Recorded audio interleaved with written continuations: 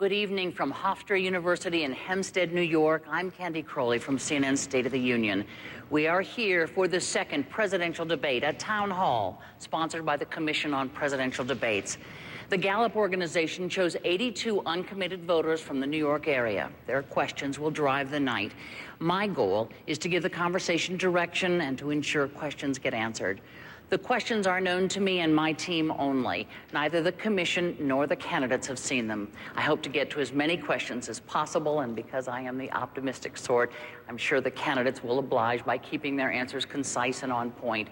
Each candidate has as much as 2 minutes to respond to a common question, and there will be a 2-minute follow-up. The audience here in the hall has agreed to be polite and attentive, no cheering or booing or outbursts of any sort. We will set aside that agreement just this once to welcome President Barack Obama and Governor Mitt Romney.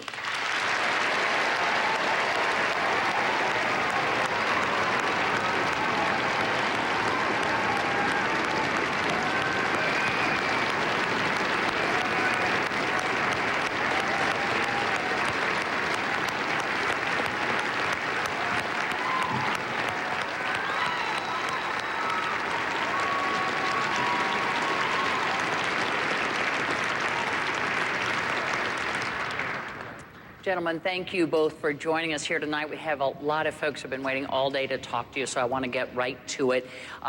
Governor Romney, as you know, you won the coin toss, so the first question will go to you. And I want to turn to a first-time voter, Jeremy Epstein, who has a question for you. Mr. President, Governor Romney, as a 20-year-old college student, all I hear from professors, neighbors, and others is that when I graduate, I will have little chance to get employment. What can you say to reassure me, but more importantly, my parents, that I will be able to sufficiently support myself after I graduate?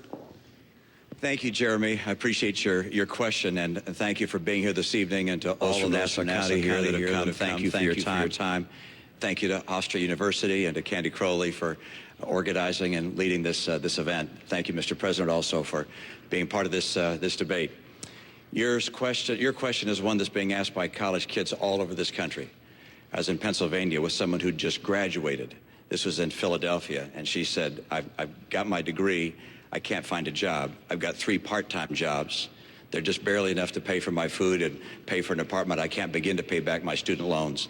So what we have to do is 2 things. We have to make sure that we make it easier for kids to afford college, and also make sure that when they get out of college, there's a job. When I was governor of Massachusetts, to get a high school degree, you had to pass an exam. If you graduated in the top quarter of your class, we gave you a John and Abigail Adams scholarship, 4 years tuition free to the college of your choice in Massachusetts. It's a public institution. I want to make sure we keep our Pell Grant program growing. We're also going to have our loan program so that people are able to afford school. But the key thing is to make sure you can get a job when you get out of school. And what's happened over the last 4 years has been very, very hard for America's young people. I want you to be able to get a job. I know what it takes to get this economy going. With half of college kids graduating this year without a job and without a college-level job, that's just unacceptable. And likewise, you've got more and more debt on your back. So more debt and less jobs. I'm going to change that. I know what it takes to create good jobs again. I know what it takes to make sure that you have the kind of opportunity you deserve. And kids across this country are going to recognize we're bringing back an economy. It's not going to be like the last 4 years. The middle class has been crushed over the last 4 years, and jobs have been too scarce. I know what it takes to bring them back, and I'm going to do that and make sure when you graduate. When do you graduate? 2014. When you come out in 2014, I presume I'm going to be president. I'm going to make sure you get a job. Thanks, Jeremy. Yeah, you bet. Mr. President. Jeremy, first of all, your future is bright. And the fact that you're making an investment in higher education is critical, not just to you, but to the entire nation. Now, the most important thing we can do is to make sure that we are creating jobs in this country, but not just jobs, good paying jobs, ones that can support a family. And what I want to do is build on the 5 million jobs that we've created over the last 30 months in the private sector alone. And there are a bunch of things that we can do to make sure your future is bright. Number 1, I want to build manufacturing jobs in this country again. You know, when Governor Romney said we should let Detroit go bankrupt, I said we're going to bet on American workers and the American auto industry, and it's come surging back. I want to do that in industries, not just in Detroit, but all across the country. And that means we change our tax code, so we're giving incentives to companies that are investing here in the United States and creating jobs here. It also means we're helping them and small businesses to export all around the world in new markets. Number two, we've got to make sure that we have the best education system in the world. And the fact that you're going to college is great, but I want everybody to get a great education. And we've worked hard to make sure that student loans are available for folks like you. But I also want to make sure that community colleges are offering slots for workers to get retrained for the jobs that are out there right now and the jobs of the future. Number three, we've got to control our own energy. You know, not only oil and natural gas, which we've been investing in, but also we've got to make sure we're building the energy sources of the future. Not just thinking about next year, but 10 years from now, 20 years from now. That's why we invest in solar and wind and biofuels, energy-efficient cars. We've got to reduce our deficit, but we've got to do it in a balanced way, asking the wealthy to pay a little bit more along with cuts so that we can invest in education like yours. And let's take the money that we've been spending on war over the last decade to rebuild America, roads, bridges, schools. We do those things, not only is your future going to be bright, but America's future is going to be bright as well. Let me ask you for a more immediate answer, beginning with Mr. Romney. Just quickly, what can you do? We're looking at a situation where 40% of the unemployed have been unemployed for 6 months or more. They don't have the 2 years that Jeremy has. What about those long-term unemployed who need a job right now? Well, what you're seeing in this country is 23 million people struggling to find a job. And a lot of them, as you say, Candy, have been out of work for a long, long, long time. The president's policies have been exercised over the last 4 years, and they haven't put Americans back to work. We have fewer people working today than we had when the president took office. If the unemployment rate was 7.8% when he took office, it's 7.8% now. But if you calculated that unemployment rate, taking back the people who dropped out of the workforce, it would be 10.7%. We have not made the progress we need to make to put people back to work. That's why I put out a 5-point plan that gets America 12 million new jobs in 4 years and rising take-home pay. It's going to help Jeremy get a job when he comes out of school. It's going to help people across the country that are unemployed right now. And one thing that the president said, which I want to make sure that we understand, he said that I said we should take Detroit bankrupt. And that's right. My plan was to have the company go through bankruptcy like 7-Eleven did at Macy's and at Continental Airlines and come out stronger. And I know he keeps saying, you wanted to take Detroit bankrupt. Well, the president took Detroit bankrupt. You took General Motors bankrupt. You took Chrysler bankrupt. So when you say that I wanted to take the auto industry bankrupt, you actually did. And I think it's important to know that was a process that was necessary to get those companies back on their feet so they could start hiring more people. That was precisely what I recommended and ultimately what happened. Let me give the president a chance to go ahead. Candy, what Governor Romney said just isn't true. He wanted to take them into bankruptcy without providing them any way to stay open. And we would have lost 1 million jobs. And that, don't take my word for it, take the executives at GM and Chrysler, some of whom are Republicans, may even support Governor Romney. But they'll tell you his prescription wasn't going to work. And Governor Romney says he's got a 5-point plan. Governor Romney doesn't have a 5-point plan, he has a 1-point plan. And that plan is to make sure that folks at the top play by a different set of rules. That's been his philosophy in the private sector, that's been his philosophy as governor, that's been his philosophy as a presidential candidate. You can make a lot of money and pay lower tax rates than somebody who makes a lot less. You can ship jobs overseas and get tax breaks for it.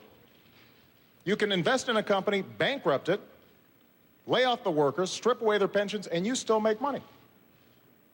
That's exactly the philosophy that we've seen in place for the last decade. That's what's been squeezing middle-class families. And we have fought back for 4 years to get out of that mess. The last thing we need to do is to go back to the very same policies that got us there. Mr. President, the next question is going to be for you here. And Mr. Romney, Governor Romney, there'll be plenty of chances here to go on, but I want to, we have all these folks. I will let you absolutely. That Detroit answer and the rest of the answer way off the mark. Okay, you certainly will have lots of time here coming up.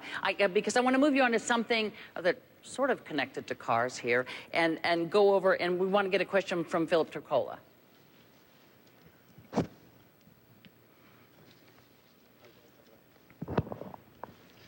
Your Energy Secretary, Stephen Chu, has now been on record 3 times stating it's not policy of his department to help lower gas prices. Do you agree with Secretary Chu that this is not the job of the Energy Department?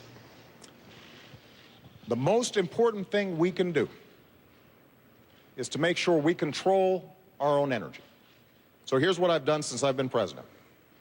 We have increased oil production to the highest levels in 16 years. Natural gas production is the highest it's been in decades. We have seen increases in coal production and coal employment. But what I've also said is we can't just produce traditional sources of energy. We've also got to look to the future. That's why we doubled fuel efficiency standards on cars. That means that in the middle of the next decade, any car you buy, you're going to end up going twice as far on a gallon of gas. That's why we've doubled clean energy production like wind and solar and biofuels. And all these things have contributed to us lowering our oil imports to the lowest levels in 16 years. Now, I want to build on that. And that means, yes, we still continue to open up new areas for drilling. We continue to make it a priority for us to go after natural gas. We've got potentially 600,000 jobs and 100 years worth of energy right beneath our feet with natural gas. And we can do it in an environmentally sound way. But we've also got to continue to figure out how we have efficient energy, because ultimately that's how we're going to reduce demand, and that's what's going to keep gas prices lower. Now, Governor Romney will say he's got an all-of-the-above plan, but basically his plan is to let the oil companies write the energy policies. So he's got the oil and gas part, but he doesn't have the clean energy part. And if we are only thinking about tomorrow or the next day and not thinking about 10 years from now, we're not going to control our own economic future. Because China, Germany, they're making these investments. And I'm not going to cede those jobs of the future to those countries. I expect those new energy sources to be built right here in the United States. That's going to help Jeremy get a job. It's also going to make sure that you're not paying as much for gas. Governor, on the subject of gas prices. Well, let's look at the president's policies, all right, as opposed to the rhetoric, because we've had 4 years of policies being played out. And the president's right in terms of the additional oil production, but none of it came on federal land. As a matter of fact, oil production is down 14% this year on federal land, and gas production is down 9%. Why? Because the president cut in half the number of licenses and permits for drilling on federal lands and in federal waters. So where'd the increase come from? Well, a lot of it came from the Bakken Range in North Dakota. What was his participation there? The administration brought a criminal action against the people drilling up there for oil, this massive new resource we have. And what was the cause? 20 or 25 birds were killed, and they brought out a Migratory Bird Act to go after them on a criminal basis. Look, I want to make sure we use our oil, our coal, our gas, our nuclear, our renewables. I believe very much in our renewable capabilities. Ethanol, wind, solar will be an important part of our energy mix. But what we don't need is to have the president keeping us from taking advantage of oil, coal, and gas. This has not been Mr. Oil or Mr. Gas or Mr. Coal. Talk to the people that are working in those industries. I was in coal country. People grab my arms and say, please, save my job. The head of the EPA said, you can't build a coal plant. It's virtually impossible given our regulations. When the president ran for office, he said, if you build a coal plant, you can go ahead, but you'll go bankrupt. That's not the right course for America. Let's take advantage of the energy resources we have, as well as the energy sources for the future. And if we do that, if we do what I'm planning on doing, which is getting us energy independent, for North America energy independence, within 8 years, you're going to see manufacturing jobs come back because our energy is low cost. They're already beginning to come back because of our abundant energy. I'll get America and North America energy independent. I'll do it by more drilling, more permits and licenses. We're going to bring that pipeline in from Canada. How in the world the president said no to that pipeline, I will never know. This is about bringing good jobs back for the middle class of America, and that's what I'm going to do. Mr. President, let me just see if I can move you to the gist of this question, which is, are we looking at the new normal? I can tell you that tomorrow morning,